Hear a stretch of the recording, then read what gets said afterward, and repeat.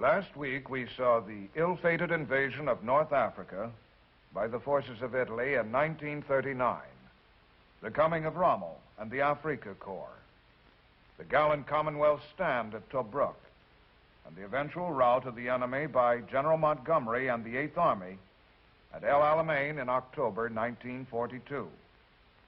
Today, we continue our story. It begins with a conference in Washington, where secret plans are made for a large-scale invasion of North Africa, and continues to the ultimate outcome of the bitter four-year struggle for control of the Middle East.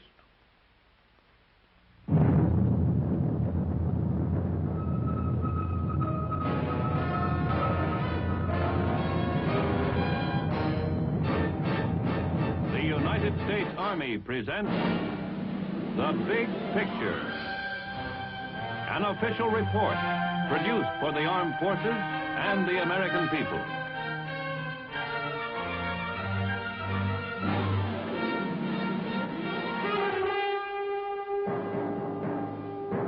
The Washington Conference was top level.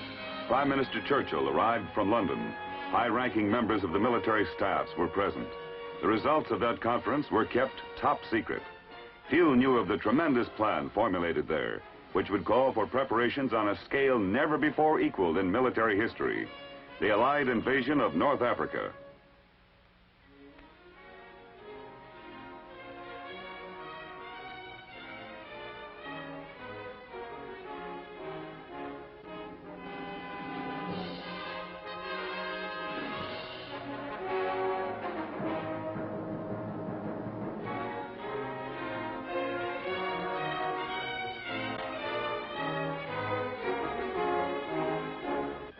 There were 123 days in which to get ready.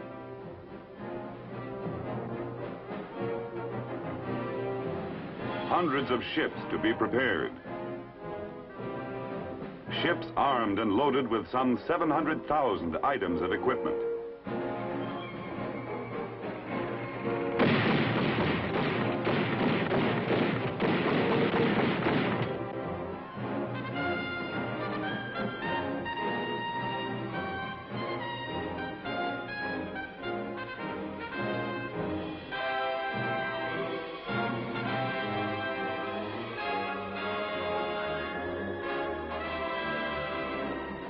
Tons of supplies, stockpiled for what was to come.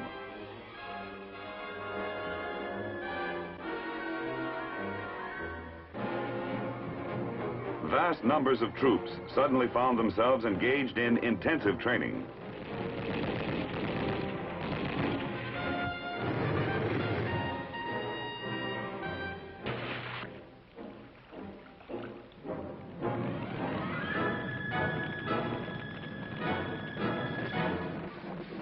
As the days passed, it was evident that something big was at hand, big enough to involve a maximum effort from two continents, from both Britain and America. But what?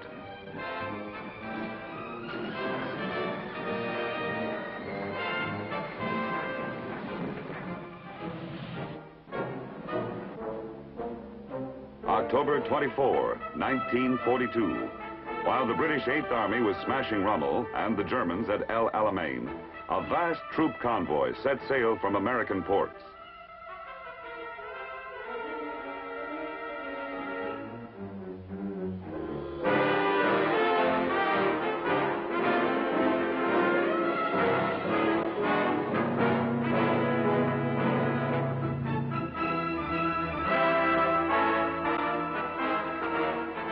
The next day, two convoys left Britain. In all, 3 convoys, 700 ships, traveling 5,000 miles.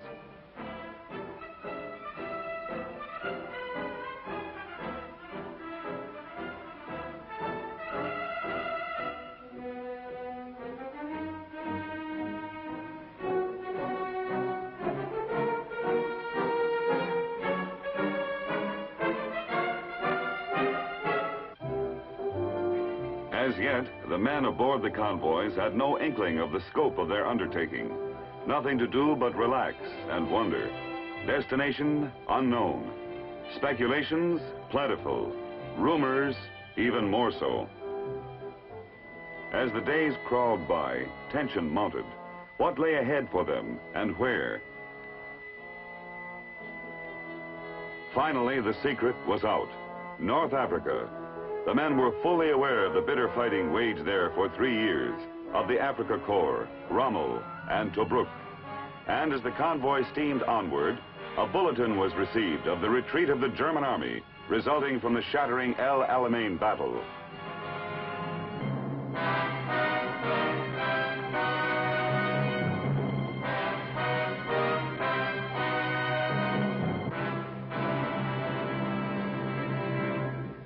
The plan, invasion. The objective, rout the Axis powers from North Africa. The invasion was to be made hundreds of miles west of El Alamein at 3 points: Casablanca, Oran, Algiers. General Mark Clark had previously landed in Algeria to confer with French officers. General Henri Giraud would lead the Free French forces. The entire operation was under the command of General Dwight D. Eisenhower, appointed by the Joint Chiefs of Staff. At 3 a.m. on November 8th, the convoys converged west of Gibraltar. The events planned 4 months ago were about to become history. Now, everything depended upon taking the enemy by surprise. Lieutenant General George S. Patton, Jr. speaks. Soldiers and sailors, it is not known whether the French African army will contest our landing. But all resistance, by whomever offered, must be destroyed. However, when any of the French soldiers seek to surrender, you will accept it and treat them with the respect due a brave opponent and future ally. This was Casablanca, the northwest corner of Africa. H hour. The invasion began. The ensuing events, now in the hands of fate.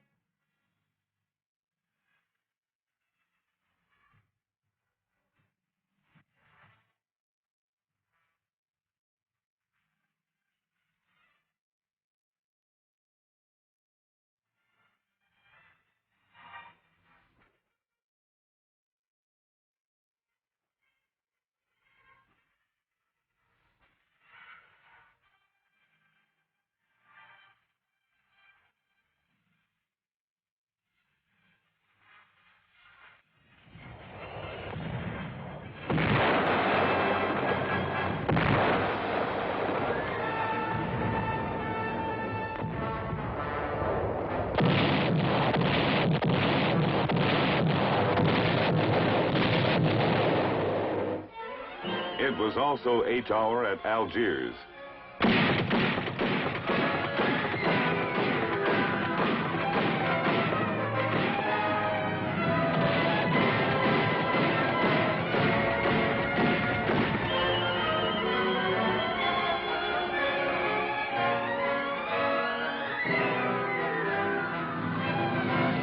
Planes based at Gibraltar flew over to give extra insurance for the success of the operation.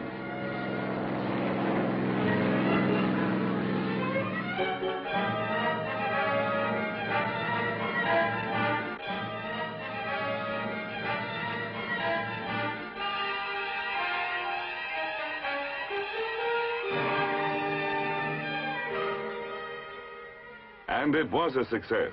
Opposition in Algiers was slight. In a short time, it was in Allied hands. Oran, H hour. Here the paratroops went into action.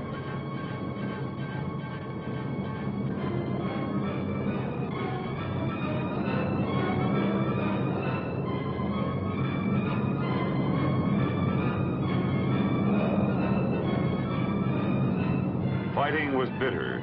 But after 2 hard days, troops of the enemy Vichy French capitulated. Oran was taken. 2 down, 1 to go. But at the Atlantic port of Casablanca, there was trouble. The Vichy French Navy still fought for the Axis. Fighting on the water was heavy. Allied guns pounded the port and the Vichy fleet. The battle lasted for 5 grueling days.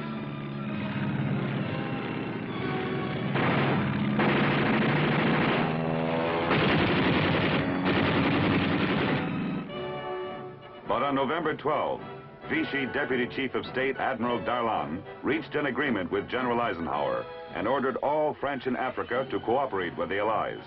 Resistance ceased at Casablanca. The troops rolled in. Of the prisoners taken, none seemed to be very popular with the civilians. The greatest invasion in military history was a success. The enemy had been taken by surprise. The first phase in the Allied invasion of North Africa was over. In addition to General Eisenhower, the British First Army was commanded by General Anderson. The French troops were under General Giraud. The next step, move east swiftly. Time was precious.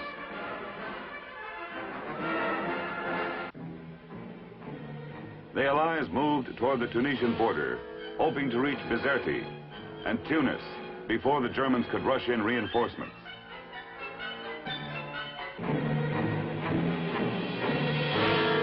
We pushed on, despite all but impossible roads and shoddy railroad facilities.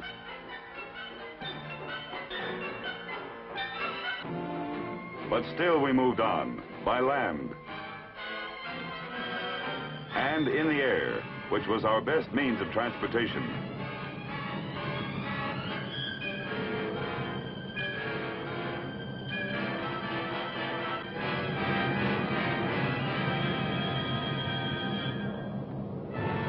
And it was by air that the German forces struck back.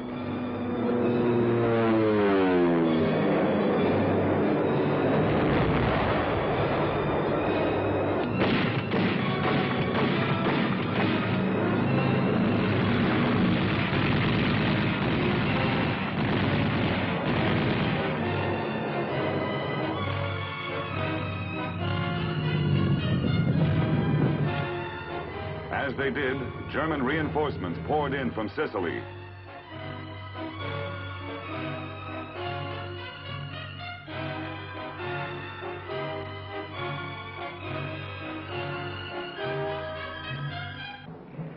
November 18, the Allied advance guards entered Tunisia. Our line of supply was now 500 miles long.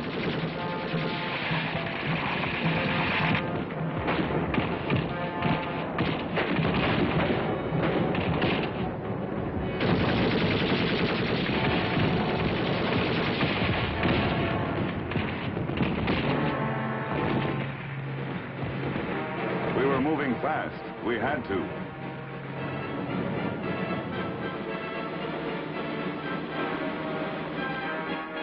By November 22, the town of Béja was reached. Mejaz al-Bab, the terrain became more and more precarious.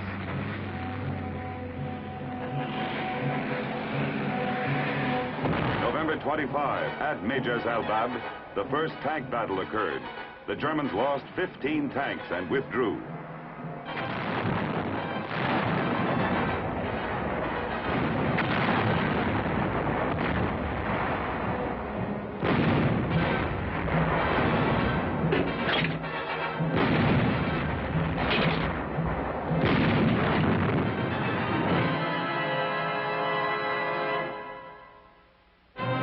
They moved back to the mountain approaches in the northern tip of Tunisia. At Meteor, they waited. We attempted a thrust. It was all important. Time was running out. Winter was coming.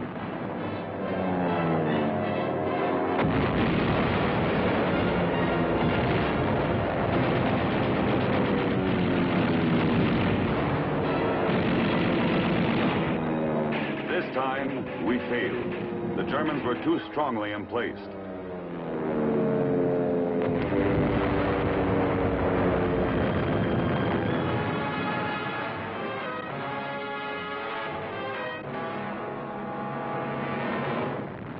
We fell back. The Tunisian front was now stabilized on a line running north and south from Mejaz al-Bab. for the North African winter had come.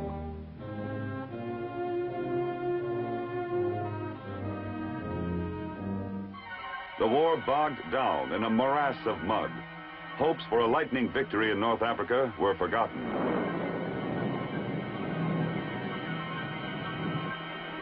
Airfields were flooded.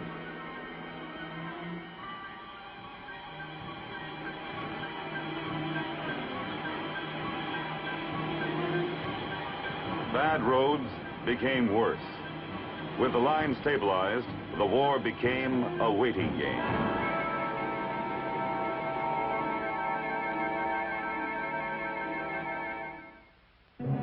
Daily reports at the time would say action was light on the Tunisian front. Actually, this light action accounted for half our casualties in the campaign.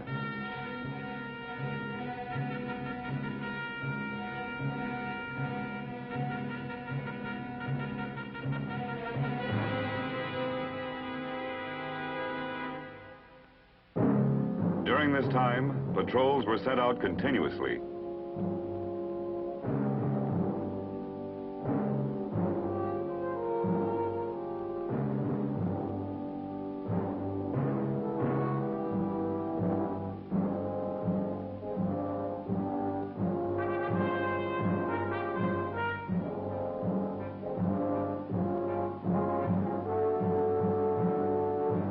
If they were lucky, a few of the captive enemy would be returned.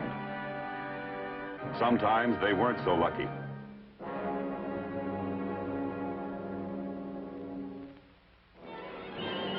In the clouds, there was more activity. In a single week, Allied planes destroyed 241 enemy aircraft. We lost 89.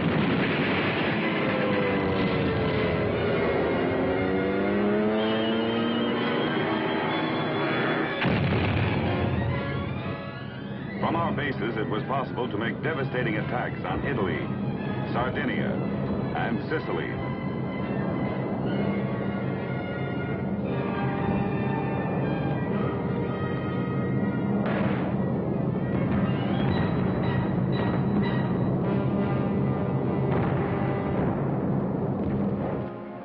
But the main activity during this lull was the Battle of Supply. Both sides girded themselves. The British 8th Army was racing west from Libya to meet us. In Tunisia, the winter would soon be over. The crucial struggle loomed ahead.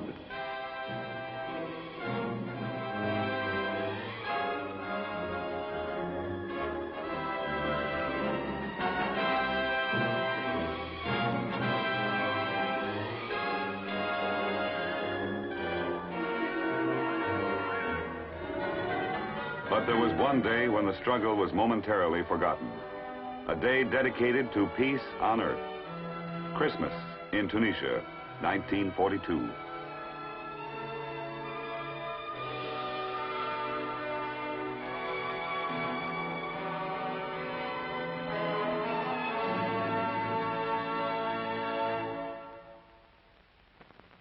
January 14, 1943. American troops in Casablanca were startled to see a familiar face from home. The president arrived.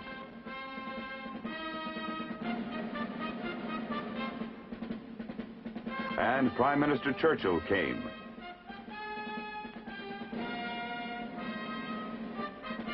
General Charles de Gaulle and General Giraud were brought together to unite the fighting men of France. The Casablanca Conference was underway. It was held to set the requirements for victory, not only in North Africa, but all over the world. The ultimate object, no appeasement, no negotiation, nothing short of complete victory over the enemy. In the Civil War, General Grant had first used the term, now President Roosevelt used it, unconditional surrender. The stage was set. After the conference, Mr. Churchill flew to Tripoli and greeted General Montgomery. The climax in North Africa was approaching. But there was still fight in the enemy.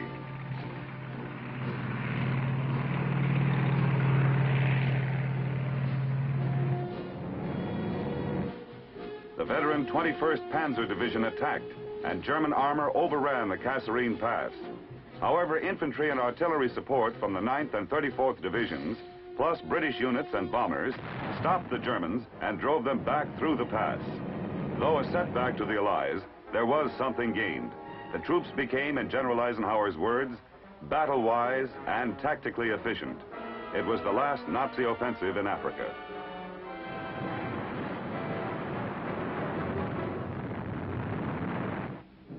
By this time, the British 8th Army had caught up with Rommel's forces at the Mareth Line. On March 15, 1943, Rommel was recalled to Germany. He never returned. His army had retired to the Mareth Line's fortified hills.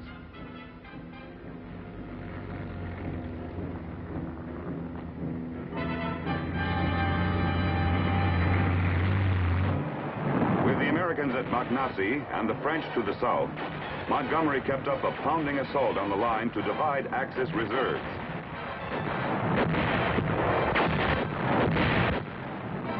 Pinning the enemy in front, he flanked to the left and delivered a telling blow. The New Zealanders moved on this flank. The 4th Indian Division circled the rear.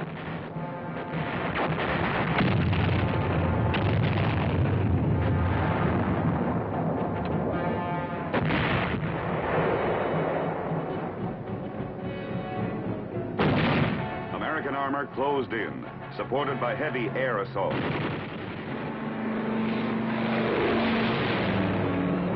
And the Mareth Line cracked.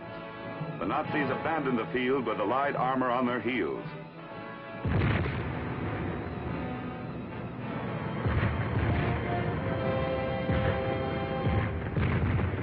The battle-wise 1st Armored Division pushed east to cut off the enemy retreat.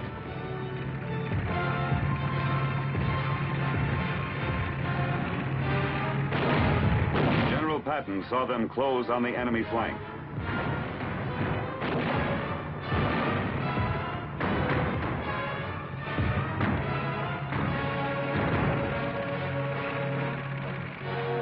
April 7, 1943, a big day.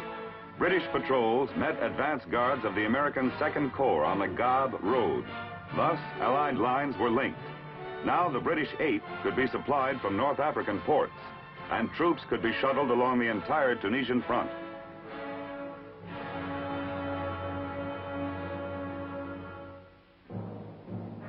The U.S. 2nd Corps, under General Bradley, moved north to the Beja Road, which ran to Bizerte. The end was in sight.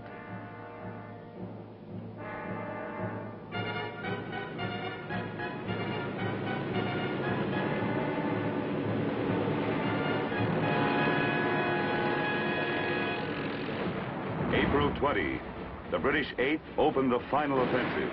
Anfidaville was taken, and the natives began to return to their homes.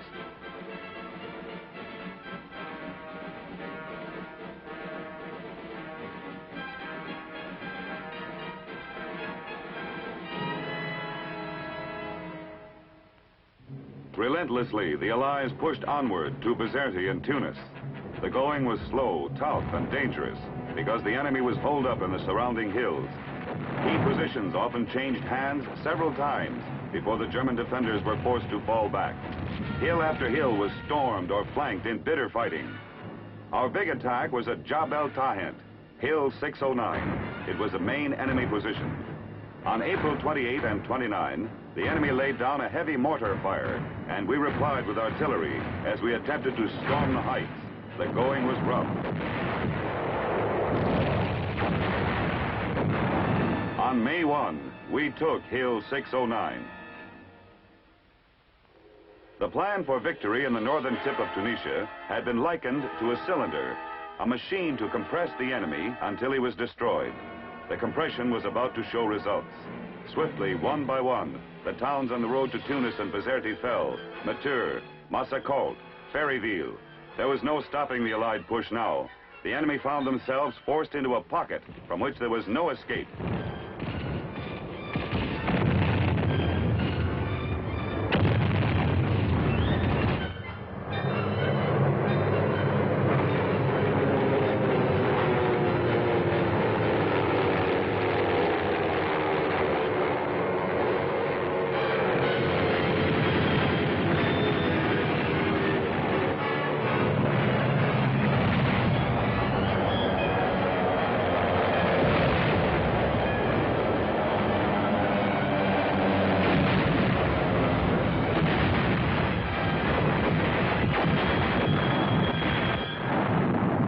the Nazis may have invented the Blitzkrieg, we were improving on it.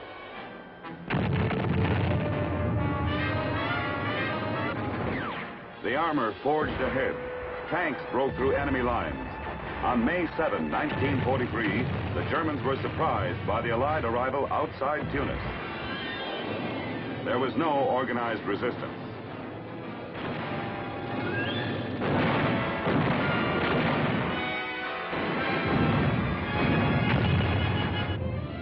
For the Germans, there was no front left.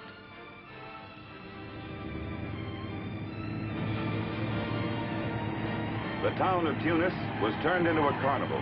The streets were so full of crowds and celebrations, traffic could hardly move.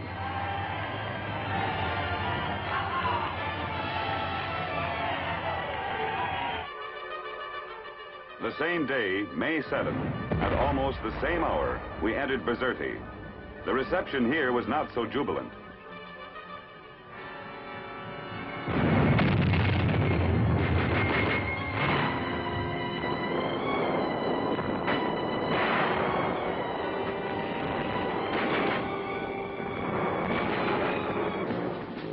Hitler had ordered his troops to fight to the last cartridge, but there was no fight to the finish.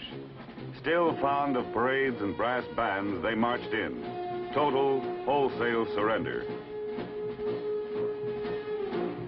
Among the 267,000 prisoners taken were 14 German and 4 Italian generals.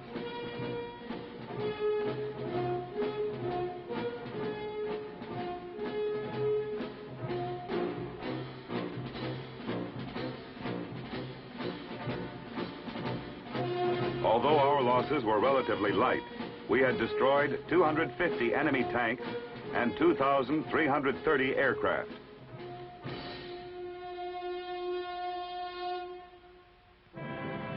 Now Air Marshal Tedder launched a furious assault upon Italian islands off the Tunisian coast. By June 13, the last ones were taken. The conquest of North Africa was complete.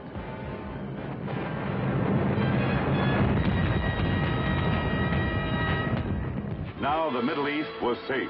Africa was liberated. And from there came re-echoing the phrase that would be fulfilled in the invasion of Italy, D-Day, VE Day, unconditional surrender. El Alamein had been the end of the beginning.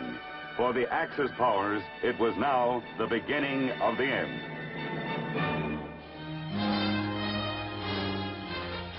The Big Picture is an official report for the armed forces and the American people.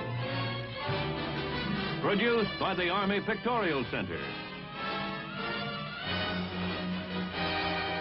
Presented by the Department of the Army in cooperation with this station.